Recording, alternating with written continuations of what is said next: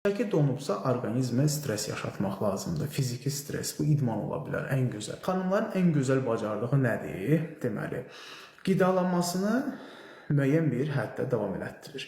Eləyir, yəni azalmış şəkildə, amma bu azalma müəyyən bir sərhəddə olur, aşağı düşmür. Yeyir, aha, çəkim dondu. Xanımın strategiyası nədir? Yeməyimi biraz da azaldım, biraz da azaltdı yeməyini. Biraz da getdi, çəki yenə dayandı. Bu biraz da azaldım. Və elə bir həddə gəlib çıxır ki, xanım heç nədən artıq bir hava ilə qidalanmağa başlayır. Çəki də getmir. Çəki də dayanıb yerində aylar keçir, günlər keçir, çəki getmir. Ancaq mənim sizə məsləhət gördüyüm strategiya nədir? Yeməyi azaltmayın. Yemək olduğu kimi qalsın. Yemək bizim normal şəkildə balanslı, gündəlik, doğrudan da balanslı şəkildə qidalanmaq bizim metabolizmimizin sürətini dəstəkləyir. Ona dəyməyin, bunu azaltmayın. Yeməyinizi müəyyən formada, müəyyən kiçik bir defitsit, kalori defitsiti olmaq şərtilə qəbul etməyə davam edin.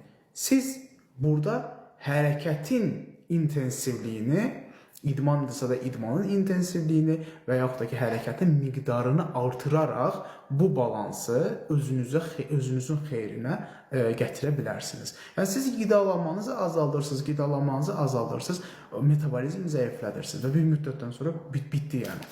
Əzələ kütləsi itirirsiniz, əzələ kütləsi itirəndə də arıqlama prosesi ümumiyyətlə istədiyiniz kimi getmir.